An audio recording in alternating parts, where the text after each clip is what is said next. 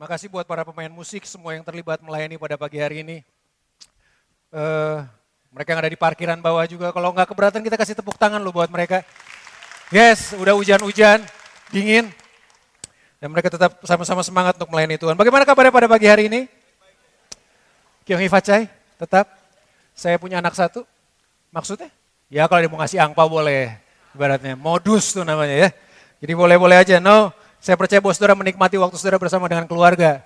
Ya, Chinese New Year, Imlek selalu waktu-waktu bersama dengan keluarga. Karena bagaimanapun juga kehidupan berawal dari keluarga dan akan berakhir di keluarga. Kalau saudara nggak suka keluarga, kelihatannya saudara susah untuk hidup di dunia. Karena kehidupan kita memang berawal dari keluarga, berakhir dengan keluarga. Alkitab dimulai dengan keluarga dan diakhiri di kitab Wahyu dengan keluarga loh. Bahkan Tuhan sendiri menyatakan dirinya dia adalah Tuhan yang berinisiatif, yang menciptakan keluarga. Saya berharap saudara akan menemukan beberapa waktu yang akan sangat-sangat indah bersama dengan keluarga. Saya udah mulai melihat, kalau bisa khotbahnya nggak usah lama-lama, karena mau nyari angpau lagi kelihatannya. Muka-mukanya kelihatan. So, saya nggak akan berlama-lama, 1 Tawarik pasal yang ke-28. Kita akan buka 1 Tawarik pasal yang ke-28. Ini kisah mengenai Daud dan Salomo. Sebelum saya mulai, dan saudara kalau perlu tahu, Salomo adalah raja yang dipilih Tuhan, anak Daud yang dipilih Tuhan untuk menggantikan Daud sebagai raja Israel. Itu adalah Salomo. Salomo adalah anak kedua dari Batsyeba. Kalau saudara pernah dengar nama Batsyeba, saudara pasti akan mulai, kalau saudara ikut sekolah minggu, pernah tahu istilah itu, dan apalagi kalau disebut dengan Daud dan Batsyeba, saudara akan menemukan sebuah peristiwa yang skandal terjadi dalam kehidupan mereka berdua, bahwa Daud selingkuh dengan Batsyeba, dan bukan sekedar perselingkuhan aja, menimbulkan konspirasi sehingga suami Batsyeba, Uria, dibunuh pada saat itu. Jadi Daud melakukan dosa bukan sekedar perselingkuhan, sampai dosa pembunuhan. Saya nggak tahu kenapa Tuhan harus pilih Salomo, which is anak dari Batsyeba, karena itu ya udah rencananya Tuhan. Tapi yang satu hal yang penting yang Tuhan, kesan yang mendalam yang Tuhan taruh adalah begini, seberapapun gagal saudara, bahwa di titik di kegagalan saudara Tuhan bisa munculkan sesuatu yang baru dalam kehidupan kita. Itu yang Tuhan sedang nyatakan dengan peristiwa Daud Batsyeba. Bahwa berapapun gagalnya saudara, seberapapun dalam saudara sudah jatuh, di titik di mana saudara jatuh, di titik itu pula Tuhan bisa menghembuskan mimpi yang baru, harapan yang baru, kekuatan yang baru, kemuliaan yang baru dalam kehidupan kita. Musa berumur 40 tahun, waktu dia bunuh orang Mesir kemudian dia lari ke Midian. Musa berumur 40 tahun, kemudian selama 40 tahun kemudian dia berada di Midian sebagai seorang peternak. Janji Tuhan buat Musa adalah bahwa dia akan dibangkitkan sebagai seorang pembebas Israel. 40 tahun kemudian dia berangkat ke Midian, selama 40 tahun jadi peternak. Gak pernah melihat the fulfillment of God's promise. Janjinya Tuhan gak pernah digenapin. Di dalam kehidupan Musa sepertinya sampai Musa berumur 80 tahun. Waktu umur 80 tahun Tuhan panggil Musa kembali dengan semak belukar yang menyala.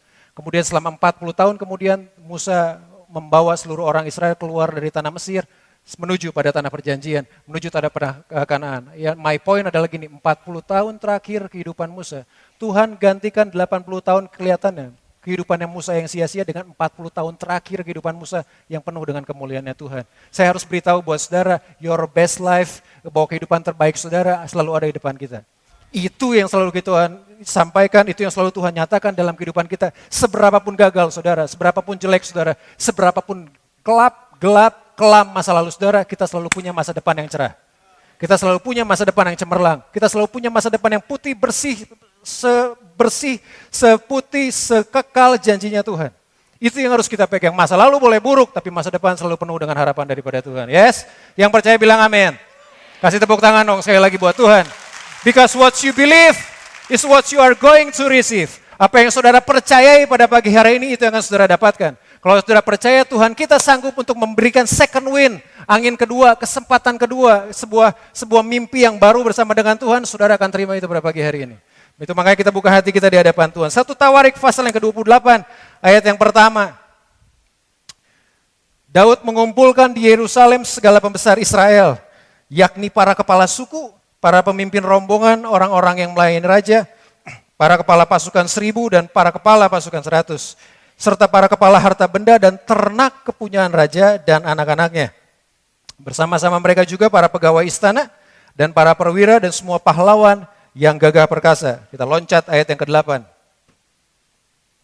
Maka sekarang, Daud lagi bicara, maka sekarang di depan mata seluruh Israel jemaat Tuhan, Dan dengan didengar Allah kita, aku berkata kepadamu, peliharalah dan tuntutlah segala perintah Tuhan Allahmu, supaya kamu tetap menduduki negeri yang baik ini dan mewariskannya sampai selama-lamanya kepada anak-anakmu yang kemudian. Dan ayat ke-9, dan engkau, yang tadi buat semua para pembesarnya, dan ini khusus buat Salomo, dan engkau anakku Salomo, kenalah Allahnya ayahmu, dan beribadahlah kepadanya dengan tulus ikhlas dan dengan rela hati.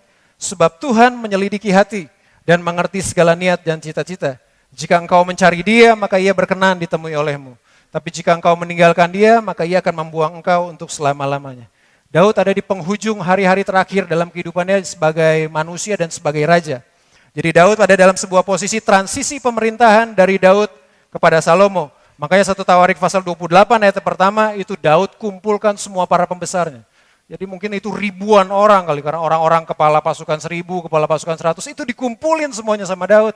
Semua yang terlibat dalam pemerintahannya, semua orang-orang yang pernah berjuang dengan dia. Dan saya percaya itu kumpulan orang-orang hebat. Oh, Daud selalu dikelilingi dengan orang-orang hebat, orang-orang yang jago untuk bertempur, dan mereka semua hadir. Dan saya menarik adalah gini, di penghujung terakhir kehidupannya Daud, kalau orang biasanya mau penghujung akhir kehidupannya, apa yang dia bicarakan, apa yang dia sampaikan, itu selalu berbicara mengenai intisari kehidupannya. Hal yang sangat penting yang dia alami dalam kehidupannya. Itu sebabnya kalau orang mau meninggal kan dipanggil semua anak-anaknya. Atau cucu-cucunya semuanya kumpul ada di situ. Kenapa? Karena biasanya perkataan terakhir itu yang akan menjadi intisari atau menjadi kesimpulan dari seluruh kehidupannya. Dan Daud pada saat itu sedang membagikan kesuksesan, keberhasilan kehidupannya. Itu kalau diduitin seminarnya itu harganya puluhan juta saya pikir. Iya, sama kayak seminar bisnis apa kan. Ya saudara mau apa itu.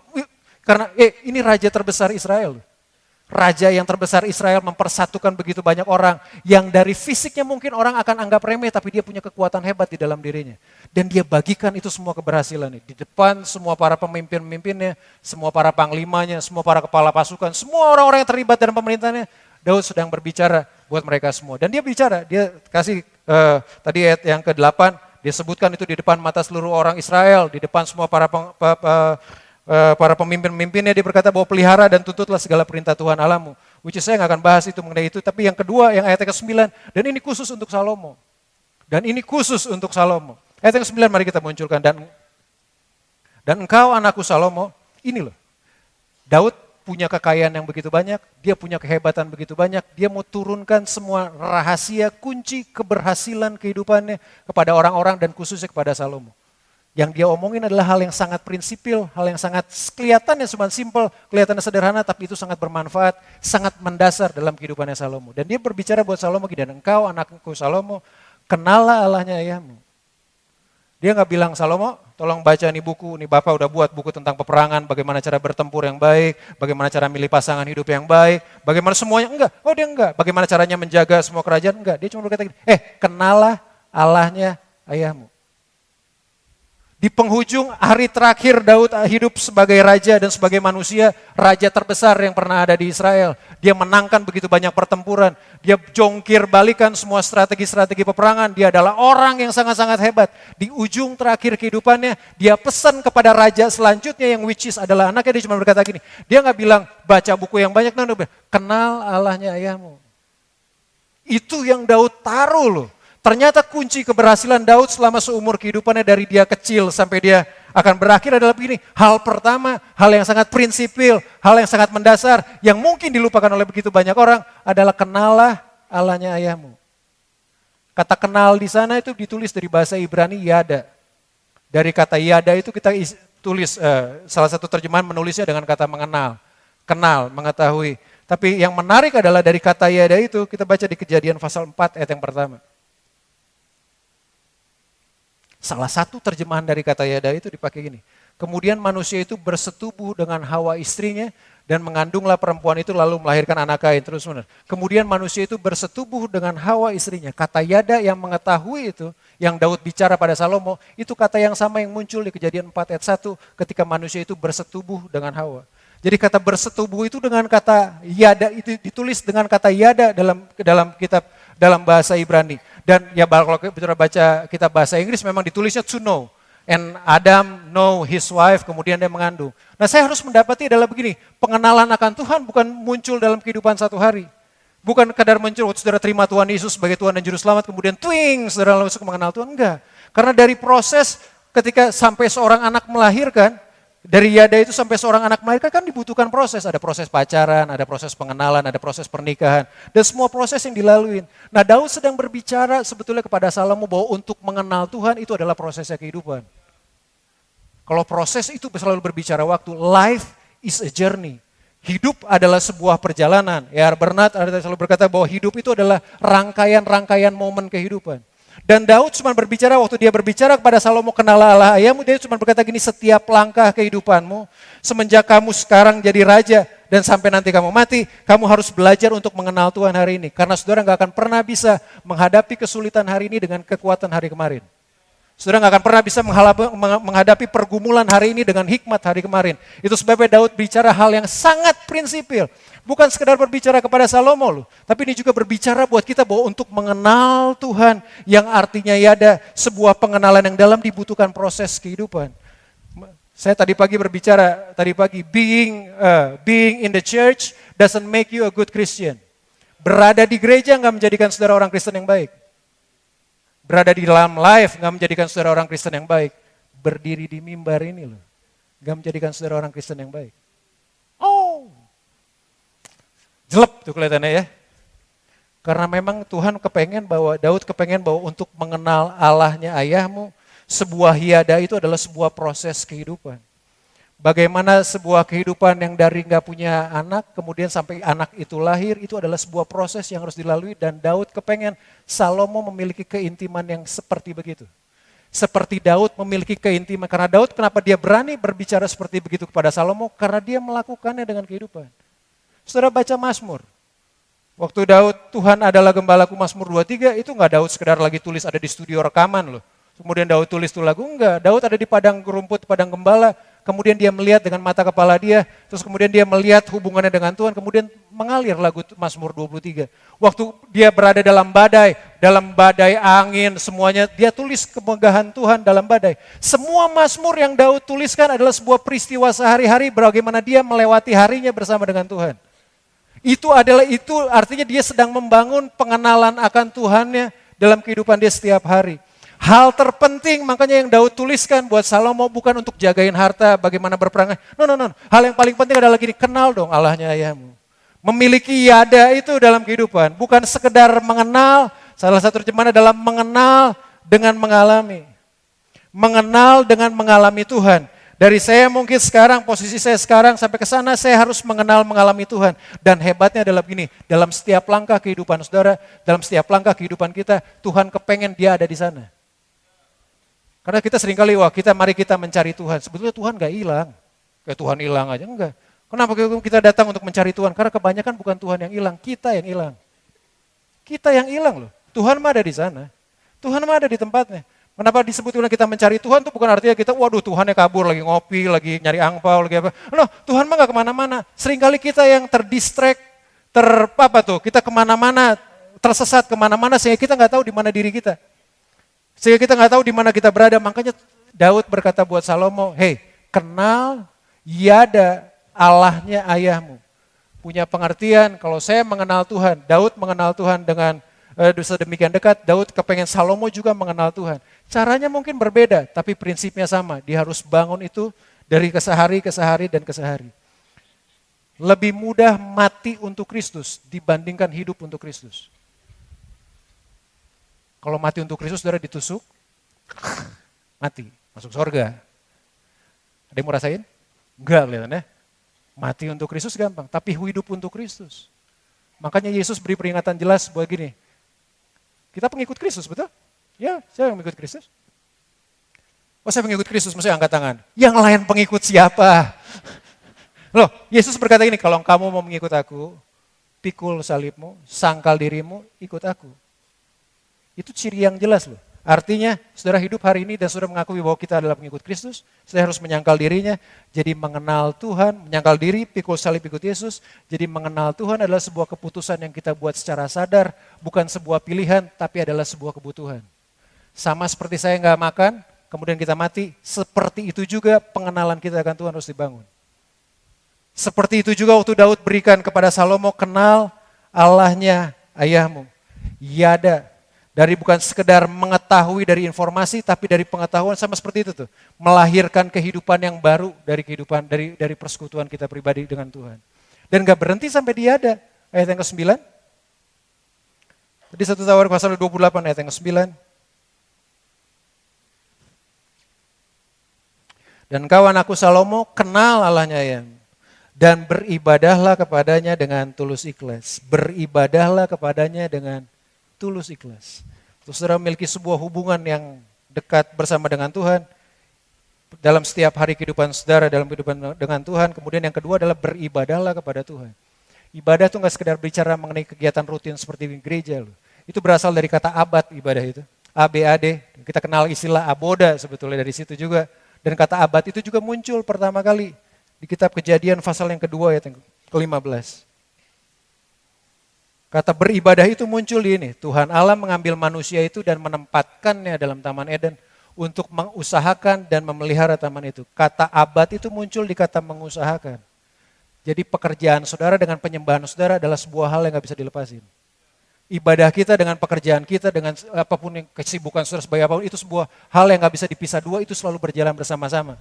Waktu Daud berpesan kepada Salomo, kenal Allahnya ayahmu, memiliki yada bersama dengan Tuhan. Memiliki sebuah hubungan yang intim dengan Tuhan, sehingga hubungan yang intim yang dilalui proses jalan itu bisa melahirkan anak, bisa melahirkan sesuatu kehidupan yang baru.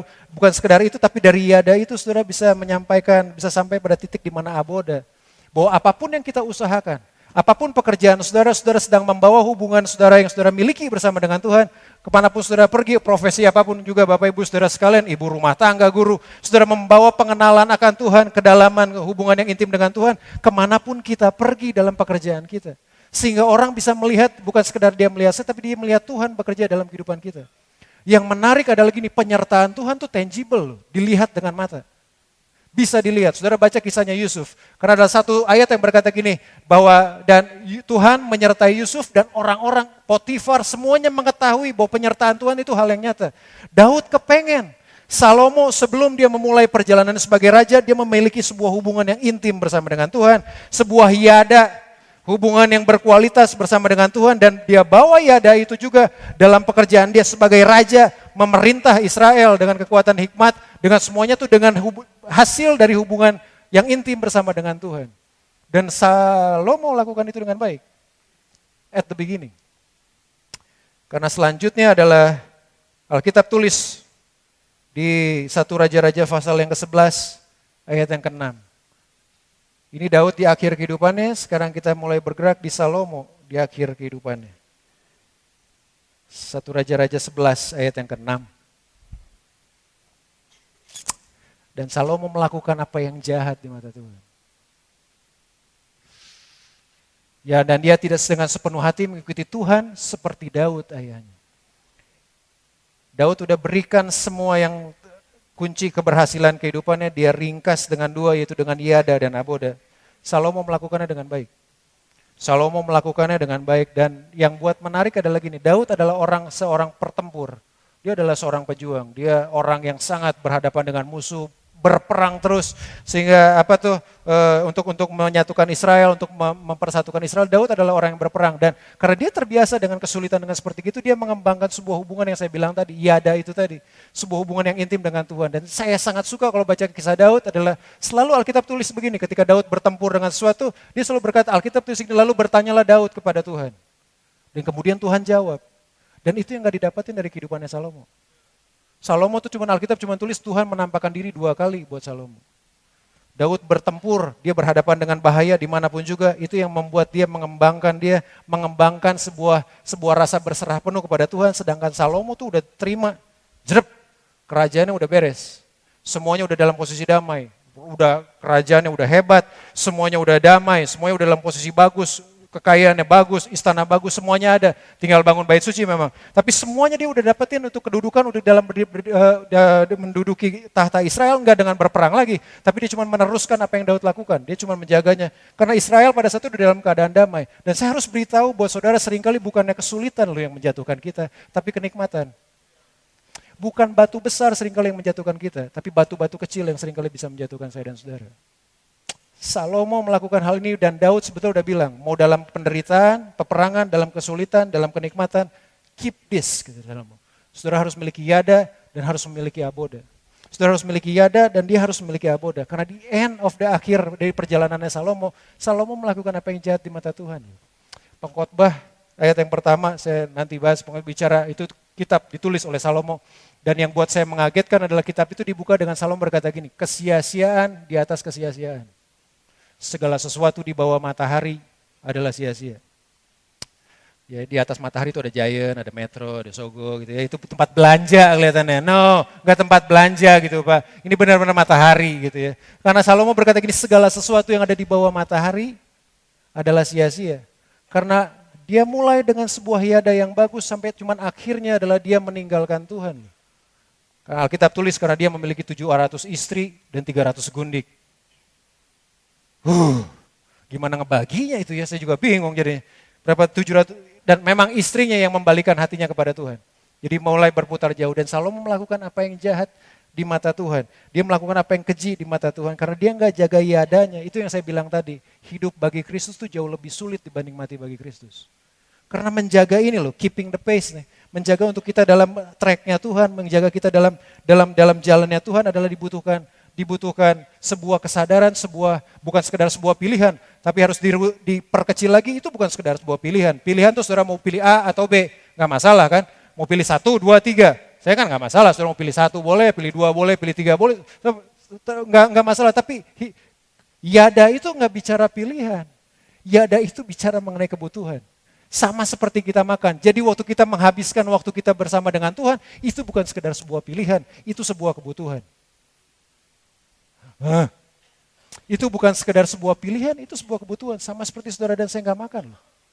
Karena you can imagine, Salomo raja paling berhikmat yang pernah ada, bahkan dia terkaya yang pernah ada. Dan gak akan pernah ada lagi raja seperti dia. Yang memulai dengan bagus, tapi dia mengakhirinya dengan menyedihkan. It doesn't matter where you start, it does matter how you finish. Gak terlalu masalah bagaimana saudara memulai sebuah perjalanan, tapi yang pastikan bahwa kita mengakhirinya seperti Tuhan inginkan untuk kita akhiri. Karena setting goal tujuan dari Daud untuk hidup, kenapa dia berkata gini, kamu harus mengenal Allah ayahmu, kamu harus yada dengan Tuhan, kemudian aboda, bawa yada itu, bawa persekutuan dengan Tuhan itu dalam tempat pekerjaan, dalam keluarga, dalam lingkungan, dalam masyarakat, supaya orang bisa melihat kebaikan Tuhan dalam kehidupan kita. Bawa tuh hal itu dalam pekerjaan kamu. Waktu kamu itu sambil berjalan kehidupan, Tuhan memastikan begini loh buat Salomo. Kalau Salomo sepenuh hatinya terpaut kepada Tuhan, kerajaannya gak pernah terpecah. Tapi Salomo berbalik dengan begitu gampangnya di tengah perjalanan kehidupannya sampai dia melakukan apa yang jahat di mata Tuhan.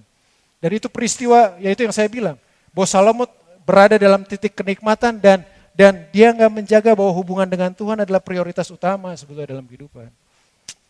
Hari ini bicara mengenai anti kesia-siaan sih. Saya nggak datang untuk menggurui, kemudian saya juga lebih hebat. No, enggak Pak. Kita sama-sama jatuh bangun, iya, betul. Tapi hal yang paling penting adalah gini, apa yang pertama kali kita lakukan sih sebetulnya kalau kita mulai sebuah hari? Apakah saudara tetap jaga hubungan saudara dulu dengan Tuhan? Atau saudara lakukan yang lain? Bahwa menghabiskan waktu dengan Tuhan nggak pernah menghabiskan waktu kita loh. Spending time with God, menghabiskan waktu dengan Tuhan tuh nggak pernah membuat kita kekurangan waktu, tapi justru menghabiskan waktu dengan Tuhan itu akan menyelamatkan waktu-waktu kita. Terlalu sibuk Tuhan, kerja pun kayak begini. Oh, kalau kita kelihatannya terlalu sibuk untuk Tuhan, jangan-jangan kita juga terlalu sibuk untuk hidup loh. Kita sedang bergerak pada kematian loh, jangan-jangan. Fisiknya hidup. Loh, waktu Adam dan Hawa jatuh ke dalam dosa, Tuhan berkata gini, makan buahnya mati. Mati gak Adam dan Hawa? Kagak. Fisiknya ada kok. Fisiknya masih bisa ngobrol dengan Tuhan. Masih bisa ada gitu, fisiknya masih bisa ada. Dan ketika dosa itu masuk, Alkitab yang menarik adalah gini, setiap kali ketika dosa itu masuk dan Tuhan datang, Adam kabur sama Hawa. Sebuah tindakan yang gak pernah dia lakukan, karena biasanya kalau Tuhan datang mereka akan lari kepada Tuhan. Tapi ketika dosa masuk mereka berlari menjauh daripada Tuhan. Dan itu yang makanya Daud berkata gini, hey, keep the pace, jaga lintasannya dong. Jaga hubungannya untuk semakin hari itu semakin berjalan mendekati Tuhan. Dan sekali lagi, itu bukan sekedar sebuah pilihan, itu adalah sebuah kebutuhan. Karena Salomo raja yang hebat aja. Dia bisa berbuat apa yang mengambil sebuah melonggarkan hubungan dengan Tuhan. Waktu kita melonggarkan hubungan kita dengan Tuhan, ada hubungan-hubungan yang lain akan masuk dalam hubungan kita. Waktu kita menjaga itu longgar, harusnya kita berjalan dekat bersama dengan Tuhan, itu kemudian kita longgarkan, ini ada begitu banyak hubungan yang masuk, hal-hal yang masuk dalam hubungan kita semua. Saudara bayangin gak? Ada yang pernah sibuk seperti Tuhan Yesus? Enggak, saya pikir. Yesus tuh orang yang paling sibuk yang pernah hidup di dunia loh. Yes, dia lebih daripada CEO. Saudara bayangin gak? Sekarang ditugasin untuk memenangkan dunia, kasih 12 orang yang semuanya gak masuk standar jadi pemimpin.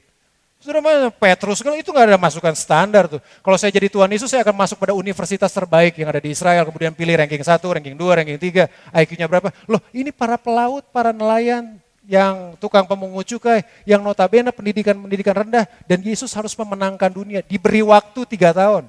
Kalau saya udah nyerah duluan, kita udah nyerah deh. Tapi Yesus enggak. Saudara tahu kenapa? Dan apa rahasianya?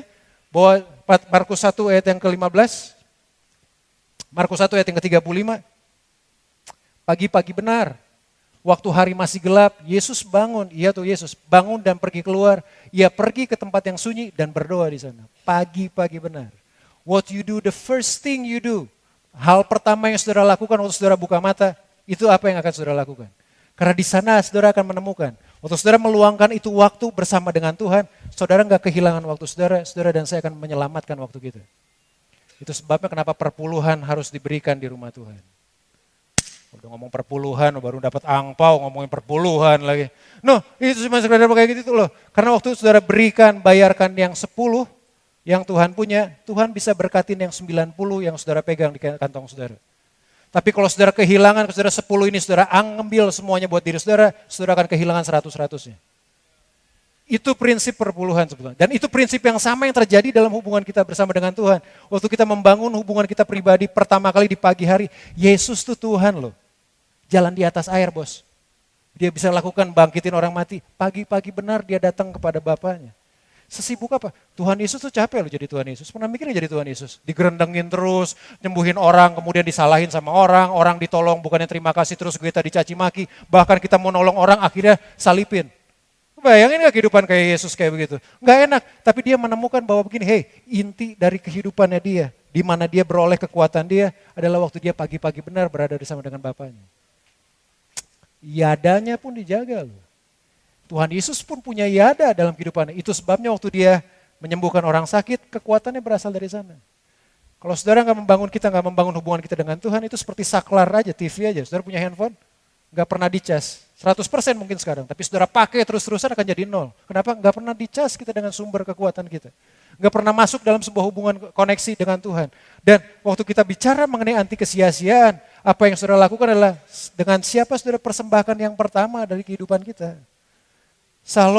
Daud kepengen Salomo untuk mempersembahkan, untuk menjaga bahwa hubungannya dengan Tuhan harus menjadi hubungan yang utama dalam kehidupan. Dia tulis segala sesuatu yang ada di bawah matahari adalah sia-sia. Kalau segala sesuatu di bawah matahari adalah sia-sia, cari yang di atas matahari. Matahari itu udah yang paling tinggi dalam kehidupan manusia. Apa yang ada di atas matahari? Ada Tuhan. Itu loh, Salomo pun tahu di akhir kehidupannya, semua yang ada di bawah matahari itu cuma sia-sia. Dia juga lupa apa yang Daud udah ajarin. Cari dong yang di atas matahari. Keep di sana gitu. Luangkan waktu di sana, karena waktu saudara mencari yang di atas matahari, saudara akan menemukan yang di bawah matahari ini akan berjalan sesuai dengan yang Tuhan inginkan. Itu yang Tuhan inginkan. Rencana Tuhan tuh ada di atas matahari loh. Rencana Tuhan, rancangan Tuhan, janji Tuhan, pertolongan Tuhan, Tuhan sendiri sebagai seorang pribadi itu berada di atas matahari. Dan gak perlu sibuk dengan mengejar yang di bawah matahari, cukup sibuk mengejar yang ada di atas matahari. Itu yang sebetulnya Daud sedang bicara buat Salomo. Salomo memang bangun bait suci, megah, dilapisin dengan emas. Bahkan Alkitab tulis pada zaman Salomo perak gak ada harganya. Kayak batu kerikil. Jadi saudara, waduh itu memang semuanya emas. Itu memang kaya, memang bagus dan bait suci dibangun dengan semegah seperti begitu. Tapi hari ini bait suci itu gak tahu lo ada di mana lo. Diruntuhkan gak tahu ada di mana. Poin saya adalah begini, bahwa bangunan fisik mungkin bisa dihancurkan. Tapi bait suci yang sebenarnya itu yang ada dalam hati saya dan saudara lo. Itu yang berharga, itu yang mahal. Bagi Tuhan bait suci yang megah oke lah. Punya emas, ya di kita emas itu disebut logam mulia. Di sorga tuh emas cuma jadi aspal, diinjak-injak doang. Jadi emas tuh di sorga kan memang diinjak-injak, ya oke lah yang termulia di dunia ya dibangun dengan begitu bagus, tapi Tuhan cuma mau melihat gini, Daud melakukan bait suci yang megah, bangun bait sucinya di dalam hatinya, di dalam kehidupannya. Itu sebabnya begini, Daud dikenang, bahkan ketika dia mati, Daud dikenang beberapa ratus generasi kemudian. Yesus bahkan disebut Yesus anak Daud. Bukan karena Daud orang hebat, tapi karena Daud mengembangkan yadanya bersama dengan Tuhan, persekutuan yang pribadi bersama dengan Tuhan. Hari ini bendera Israel itu disebut the Star of David. Bintang Daud. Saudara bayangin, orangnya udah mati ratusan tahun kemudian, tapi tetap dikenang terus-terusan dalam kehidupan. Bukan karena dia orang yang gak pernah gagal, tapi karena dia orang yang memiliki yada, hubungan yang intim bersama dengan Tuhan. Salomo kerajaannya gak terpecah belah, bukan karena Salomo. Alkitab tulis begini, Salomo pada zaman kerajaan Israel setelah Salomo akan dipecah menjadi dua. Tapi bukan karena Salomo yang berjasa seperti begitu, tapi Tuhan berkata gini, karena aku memandang Daud. Karena Daud loh, bukan karena Salomo. Kalau gua nggak ngelihat Daud, udah hancur nih kerajaan. Tapi karena aku memandang Daud, bahkan Tuhan mengenang Daud. Nggak masalah mungkin kita nggak dikenang sama orang lain, tapi pastikan kita dikenang oleh Tuhan. Pastikan saudara ada dalam pikirannya Tuhan, ada dalam ingatannya Tuhan. Kenapa Daud bisa melakukan seperti itu? Karena dia beriada dalam kehidupan dia setiap hari. Dia memiliki sebuah persekutuan yang intim, sebuah hubungan yang intim dalam kehidupan dia setiap hari. Dalam hubungan apapun yang dia perbuat, dia selalu bertanya kepada Tuhan dan Tuhan selalu menjawab. Itu yang hebat loh dalam diri Daud. Kalau ada di bawah matahari adalah hal yang sia-sia, kejar yang ada di atas matahari. Karena setting goal dari Daud, goalnya Daud, yang ada dalam pikirannya Daud, yang ada dalam kehidupannya Daud, di Kisah Para Rasul pasal yang ke-13, ayat yang ke-22. Setelah Saul disingkirkan, ini Petrus kalau nggak salah bicara, atau siapa Paulus bicara, setelah Saul disingkirkan, Allah mengangkat Daud menjadi raja mereka. Tentang Daud Allah telah menyatakan, aku telah mendapat Daud bin Isai, seorang yang berkenan di hatinya Tuhan. Dan yang melakukan segala kehendaknya Tuhan. Cuma ada dua orang di Alkitab yang ditulis berkenan di hatinya Tuhan. Yang pertama Tuhan Yesus, yang kedua Daud. Bukan karena Daud adalah orang hebat sekali lagi. Daud seperti saya dan saudara, orang biasa. Tapi karena Daud mengembangkan iada persekutuan pribadi dengan Tuhan, jauh lebih daripada orang-orang yang lain. Dan kalau Daud bisa, kenapa kita nggak bisa? Dan bahkan gini, kalau Yesus yang adalah Tuhan aja melakukan itu, siapa kita? Daud mendapatin Daud orang yang berkenan kepada Tuhan. Bagaimana caranya Daud berkenan kepada Tuhan? Kisah Para Rasul 13 ayat yang ke-36. Sebab Daud melakukan kehendak Allah pada zamannya. Lalu ia mangkat dan dibaringkan di samping nenek moyangnya dan ia memang diserahkan kepada kebinasaan. Sebab Daud melakukan kehendak Tuhan. Goalnya Daud, kenapa dia harus memiliki hubungan yang intim dengan Tuhan? Tujuannya Daud itu cuma satu dalam kehidupannya. Untuk melakukan kehendak Tuhan pada zamannya. Untuk melakukan kehendak Tuhan pada generasinya. Untuk melakukan kehendak Tuhan pada lifetime-nya. Pada umur yang Tuhan beri dalam kehidupan dia, setting goalnya cuma itu. Adalah untuk melakukan kehendak Tuhan. Bagaimana caranya saya bisa melakukan kehendak Tuhan kalau saya nggak mengenal Tuhan? Bagaimana mungkin saya bisa tahu perintah-perintahnya Tuhan kalau saya nggak mengembangkan hubungan pribadi saya bersama dengan Tuhan? Sama persis ada lagi, bagaimana saya bisa tahu kesukaannya misalnya istri saya kalau saya nggak mulai mengembangkan hubungan bersama dengan dia? Iya nggak sih? Kalau hidup adalah sebuah perjalanan dan itu berarti bahwa waktu saudara hidup perjalanan kita bersama dengan Tuhan juga adalah sebuah hal yang pribadi, yang setiap hari, yang setiap saat harus kita lakukan. Setting goalnya Daud bukan untuk membangun sekedar bait suci yang indah. Goalnya Daud, tujuan akhir kehidupan Daud, dia cuma mau melakukan kehendak Tuhan pada generasinya, pada zamannya. Karena dia mau melakukan kehendak Tuhan pada zamannya, makanya dia memiliki hubungan yang dekat dengan Tuhan. Apa yang saudara lakukan, hal pertama yang saudara lakukan waktu saudara bangun, itu sangat menentukan apa yang akan saudara dapatkan di penghujung hari pada hari saudara. Itu saudara mempersembahkan waktu saudara pertama kepada Tuhan. Itu akan saudara dapatin bahwa saudara akan bergerak dan Tuhan akan berbicara buat saudara, Tuhan akan melakukan, akan berikan hikmat buat kita. Seringkali memang iya, dengan aktivitas kerjaan yang ada, seringkali kita dibuat sibuk, tapi siapa kita loh? Sampai Yesus aja yang sangat sibuk, super sangat sibuk. Bukan sekedar begitu, waktu Yesus berbicara, dia mengajar orang, itu exhausted loh. Saudara tanya, Pastor Arif, Pastor Yohana, yang khotbah 1, 2, 3, 4 kayak gitu. Waduh, itu kalau udah beres khotbah, itu capeknya setengah mati. Ini seperti begini capek ini sebetulnya. Ntar udahannya capek. Tanya yang suka bicara kayak begini. Saudara, itu exhausted. Itu saya mendapati kenapa begitu banyak bukan begitu banyak sih, ada beberapa para musisi yang terlibat pada narkoba kayak gimana. Sementara mereka tampil, waktu mereka keluar nih, kayak begini udah-udahan, itu titik berbahaya kenapa? Mereka merasa seperti kosong. Seperti habis itu tersedot dengan semua yang ada. Dan itu saya pribadi rasain. Makanya kalau khotbah 1, 2, 3, istri saya biasa udah pulang dia udah siap dengan kerokan. Dikerok enak banget tuh dikerok gitu, tidur cuman gitu doang. Itu paling enak kenapa? Capek badan, capek. Coba nanti cobain di sini ya. Nanti coba-cobalah sekali capek. Capek banget saya yakin. Atau itu memang exhausted dan Yesus melakukan itu loh. Dia bukan sekedar mengajar, dia menyembuhkan orang. Waktu ada perempuan 12 tahun sakit pendarahan, dia nggak tumpangin tangan tapi iman perempuan itu waktu kujamah jubahnya, aku akan sembuh. Alkitab tulis ada tenaga yang keluar, tenaga keluar. Secapek-capeknya Yesus sampai malam, pagi-pagi benar dia harus datang pada Bapaknya karena itu titik terpenting dari hidupnya. Karena dari situ dia tahu bahwa kehidupannya nanti, bahwa pelayanan hari itu menyembuhkan orang apa melakukan apapun juga itu bersumber dari waktu dia duduk berdua bersama dengan Tuhan. Waktu dia berdua bersama dengan Tuhan, waktu dia mengembangkan secara pribadi satu dengan satu bersama dengan Tuhan. Dan itu pesannya Daud buat Salomo. Yang which is itu menjadi pelajaran buat kita semua. Karena di akhir kehidupannya memang Salomo memindahkan, berbalik hatinya daripada Tuhan. Kemudian dia melihat dan ya Alkitab tulis kemudian kerajaannya terpecah menjadi dua. Pagi hari ini saya berdoa Bapak Ibu Saudara sekalian. Kita berbicara mengenai anti kesia-siaan. Sia-sia lawannya sia-sia adalah mulia. Saudara akan tahu bahwa saudara adalah orang mulia waktu saudara berada pada pencipta saudara yang mulia. Memiliki komunikasi yang intens, yang penting bersama dengan Tuhan. Tuhan kita bukan loh. Tuhan kita bukan sekedar Tuhan yang jauh. Dia bersama-sama dengan kita. Bahkan Alkitab tulis bahwa Yesus akan menyertai kita sampai kesudahan akhir zaman. Dan Roh Kudus yang akan berjalan bersama dengan kita. Kata Roh Kudus berasal dari kata parakletos. Para itu di samping, kletos itu berjalan. Jadi waktu Yesus berkata bahwa aku akan memberikan Roh Kudus, parakletos itu bersama dengan kita. Hari ini, sebelum saudara bisa yakini bahwa Roh Kudus yang sama yang Yesus janjikan itu sedang berjalan di samping saudara. Hari ini, saat ini, antara saudara dengan orang yang di sebelah saudara ada Roh Kudus. Ada di situ kelihatannya. Gak kelihatan memang, tapi dia berjalan bersama dengan kita. Dia gak pernah tinggalkan kita sendiri. Itu yang saya bilang tadi, kita gak mencari Tuhan. Waktu kita mencari Tuhan bukan artinya Tuhan hilang. Kita yang hilang. Pagi hari ini ada di mana posisi saudara bersama dengan Tuhan. Kalau mau berbicara mengenai kesia-siaan, belajar memang dari Salomo. Tapi pelajaran yang penting hari ini adalah gini, yada saudara dan aboda saudara akan menentukan kehidupan kita. Persekutuan kita bersama dengan Tuhan dan waktu kita bawa persekutuan itu masuk dalam pekerjaan kita, dalam rumah tangga kita, dalam semua yang ada dalam kehidupan kita, orang lain akan melihat Tuhan dalam kehidupan. Yesus bicara satu statement yang keras loh. Di luar aku, kata Yesus, Yohanes 15, kamu gak bisa berbuat apa-apa. Saya gak perlu jelasin itu ayat, udah sangat jelas itu sih. Di luar aku, kamu gak bisa buat apa-apa. Jadi kalau saudara mau hidup di luar Yesus, Yesus udah bilang, gue gak jamin. Yang pasti gak akan bisa berbuat apa-apa. Kalau Yesus sendiri udah berkatakan hal itu, firman Tuhan udah berkata hal gitu, saudara masih mau berani untuk kita belajar keluar daripada Tuhan?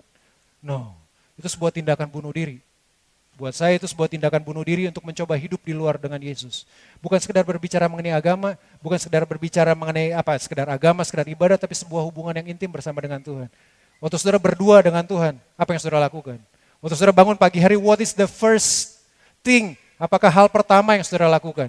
Apakah hal pertama yang saudara lakukan waktu saudara berada pada hari-hari saudara? Karena disitulah Tuhan akan berbicara. Di situ hikmat Tuhan akan muncul. Di situ kekuatan Tuhan akan muncul. Di situ berkat Tuhan akan muncul. Saya selalu mendapati waktu sementara saya berdua dengan Tuhan, kemudian setelah beres kayak gitu, ada sebuah kedamaian, ketenangan yang Tuhan berikan. Saya kalau bangun pagi gitu, misalnya bangun pagi jam 5 pagi, untuk harus bangun jam 5 pagi, biasa kita buka jendela atau kayak gimana, kemudian coba untuk tidur lagi, biasa tuh saya gak bisa tidur. Itu pikiran udah mulai ngulalang kuliling, gak bisa tidur. Benar-benar gak bisa tidur. Ya walaupun bisa setengah jam ya cuman gusrak-gusrak gak bisa tidur. Tapi beda waktu saya misalnya bangun, kemudian setelah beresin itu, kemudian saya duduk bersama, belajar berdoa, kemudian meluangkan waktu bersama dengan Tuhan, berdoa bersama dengan ketika itu beres ya, kemudian masuk ke 15 menit kan cukup buat tidur, kemudian plek ke bantal 15 menit langsung tidur. Heran loh kayak begitu. Karena saya percaya bahwa dalam hadiratnya Tuhan ada kekuatan, ada kesukaan, ada kedamaian. Itu yang harus kita temukan. Kata doa dalam perjanjian lama, itu saya suka kok Henry Limanta ini ajarin waktu saya masih SMP di Tunas Remaja. Saya masih ingat bagaimana dia ngajarin akan hal ini. Kata doa itu kata dia dalam perjanjian lama memang gak ditulis DOA seperti sembahyang. Tapi itu berasal dari 3 kata. Kalau kita kan 3 huruf, DOA. Kalau dalam bahasa Ibrani itu 3 kata. Itu ditulis dengan kata ini, saya akan akhiri dengan ini. Pene, hala, Yahweh. Kalau saudara mau tahu artinya pene hala Yahweh, Google. Oh enggak lah, ntar saya kasih tahu. Ngapain Google? Ntar ada yang buka Facebook, ada yang buka Instagram. No, saya kasih tahu aja. Kita kasih tahu. Pene hala Yahweh. Saudara mau tahu artinya? Itu artinya mengusap wajahnya Tuhan. Saudara bayangin ya, waktu saudara berdoa, saudara sedang mengusap wajahnya Tuhan. Apa yang saudara butuhkan pada saat itu? Itu sebabnya Daud berkata gini, Tuhan adalah gembalaku, takkan kekurangan aku. Tuhan adalah gembalaku, I shall not want anything. Tuhan adalah gembalaku, takkan kekurangan aku. Kenapa? Karena dia sedang mengusap wajahnya Tuhan. Kalau dia udah bisa mengusap wajahnya Tuhan, Tuhan akan gerakin tangannya dari dompetnya loh. Beri saudara. Ya dong. Yo udah ngusap wajah. Ya dong, kalau anak saudara ngusap wajah Bapak bukan ditampar ya, diusap, beda. Diusap wajah saudara, ya tangannya kan ngegerak kemana-mana kan. Mau apa? Mau berkat, mau duit, mau jodoh, mau apa? Tuhan akan gerakkan. Wajahnya Tuhan yang dicari. Bukannya wajahnya idola yang lain. Pene hala Yahweh, mengusap wajahnya Tuhan. Waktu saudara mengusap wajahnya Tuhan, gak pernah ada istilah waktu terbuang sia-sia. Mari kita datang pada Tuhan sambil bangkit berdiri sama-sama. Yes. Thank you Jesus. Terima kasih buat pagi hari ini Tuhan Yesus. Terima kasih Tuhan. Terima kasih Tuhan Yesus. Mari datang pada Tuhan sebelum kita akan meninggalkan tempat ini. Tuhan kita adalah Tuhan yang membuat sesuatu yang baru dalam kehidupan. Tapi persyaratannya apakah saudara mau datang dulu pada Dia atau enggak? Seringkali kita buat Tuhan tuh sebagai orang terakhir, pihak terakhir yang kita datangi ketika semua usaha kita udah gak berhasil. No, Tuhan harusnya menjadi orang pertama, pribadi yang pertama yang harus kita datangin sebelum kita melakukan apapun juga. Mari datang pada Tuhan pada pagi hari ini Tuhan. Terima kasih Tuhan Yesus.